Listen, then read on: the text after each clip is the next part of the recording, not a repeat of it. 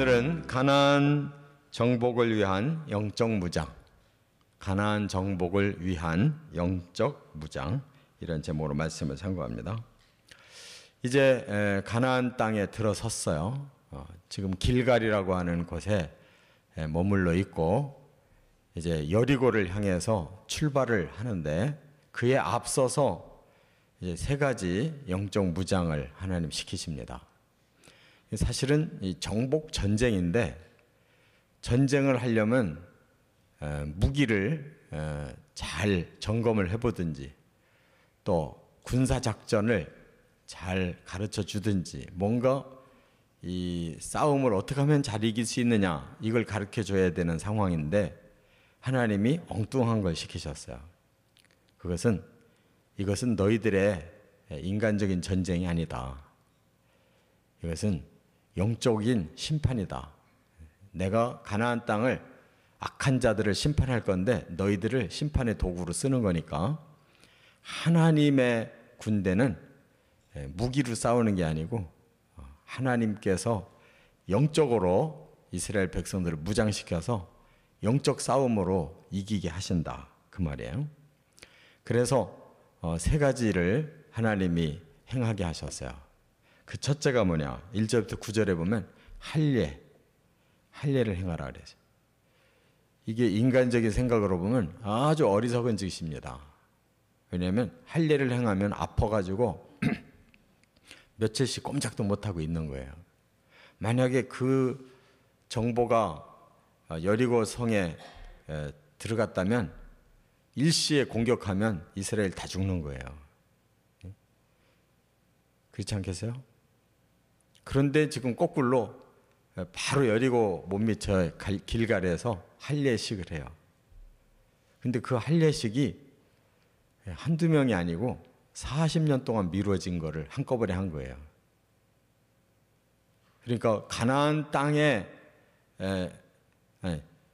애굽에서 출발할 때까지는 이 할례를 한 사람들인데, 애굽에서 출발하고 40년 동안 광야에서 태어난 아들들은 할례를 안 한 거예요.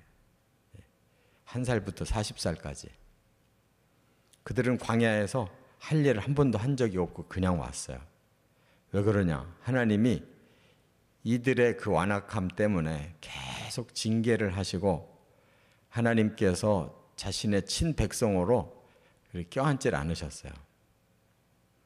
그래서 기존에 할례 받은 사람들이 다 죽고, 이제 광야에서 아직 할례를 못 받은 새로운 이스라엘 백성을 이제 출발시키려고, 너희들이 내 백성이다 라고 인정하신 할례식을 거기서 하신 거예요.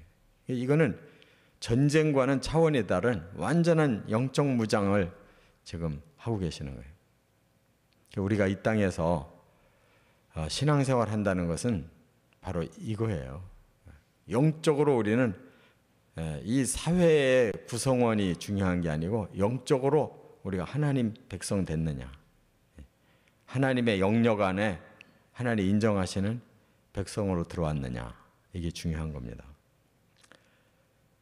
두 번째, 여기 10절부터 12절에 보니까 유월절 준수를 하고 있어요.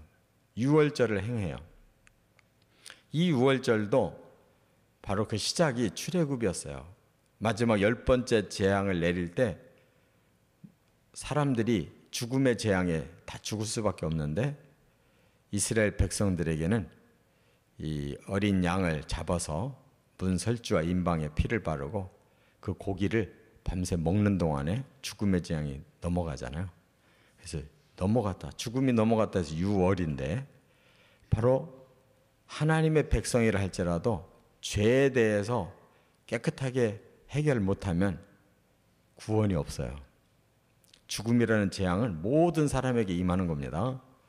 그래서 하나님 백성 공동체도 중요한 건 죄를 해결해야 되는 거예요. 우리가 거듭나야지, 나 교회 다닌다 그래서 다 되는 게 아니에요. 더 중요한 건 내 죄를 하나님 앞에서 해결받아야 돼요. 그래서 어린 양을 대신 희생 제물로 바쳐서 하나님이 그걸 보고 이스라엘의 죄를 넘어가 주신 거예요. 그래서 그들이 구원을 체험했는데 바로 40년 만에 다시 그 구원을 체험하게 하시는 거예요.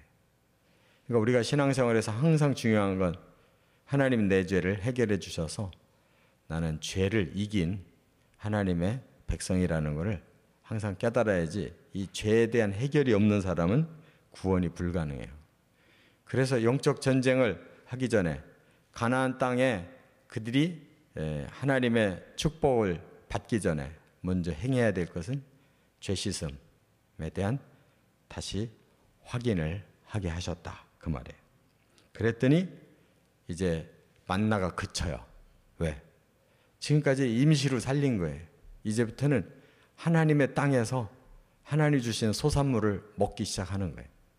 그 축복을 받기 시작해요. 이와 같이 우리가 하나님의 백성이고 하나님 안에서 구원을 받아야 그 다음에 하나님의 축복을 받는 거예요. 끝으로 세 번째 13절부터 15절에 또 하나 하신 일이 뭐냐? 여호와의 군대 대장을 보여주셨다는 거예요. 여호수아가 이제 이스라엘 군대를 이끌고 여리고를 향해서 출발했어요. 그런데 한 사람이 칼을 빼들고 마주 서 있는 걸 보고 누구냐? 그랬더니 나는 여호와의 군대 대장이다. 그 바람에 엎드려 절하죠. 그때 내 신을 벗어라. 이것은 거룩하다. 이거 기억나는 사건이 있죠? 모세도 시내산에 떨기나무에 불꽃 가운데 나타나신 하나님이 그렇게 똑같이 말씀했어요. 이 말은 여기에 하나님이 임재하셨다는 거예요. 이 전쟁에 앞장서는 대장은 하나님이시라는 거예요. 여호수아가 아니고 이스라엘 군대가 아니고 하나님이 이 영적 전쟁에 앞장선다. 왜? 가나안의 악을 제거하는 심판이기 때문에 하나님 심판하신다는 거예요. 너희들의 무기와 능력으로 싸워서 이 땅을 뺏어라 그게 아니고 하나님의 심판에 너희들이 동참하라 그거예요. 그러니까 이건 영적 싸움이지 인간적인 싸움으로 땅 뺏어 먹는 게 아니에요. 사람을 살육하는 게 아니에요. 영적으로 악을 제거하는 심판이다. 그래서 하나님이 친히 앞장서신다 그랬어요. 바로 여호와의 군대 대장이 예수 그리스도십니다. 하나님의 심판권을 예수님에게 맡기셨어요.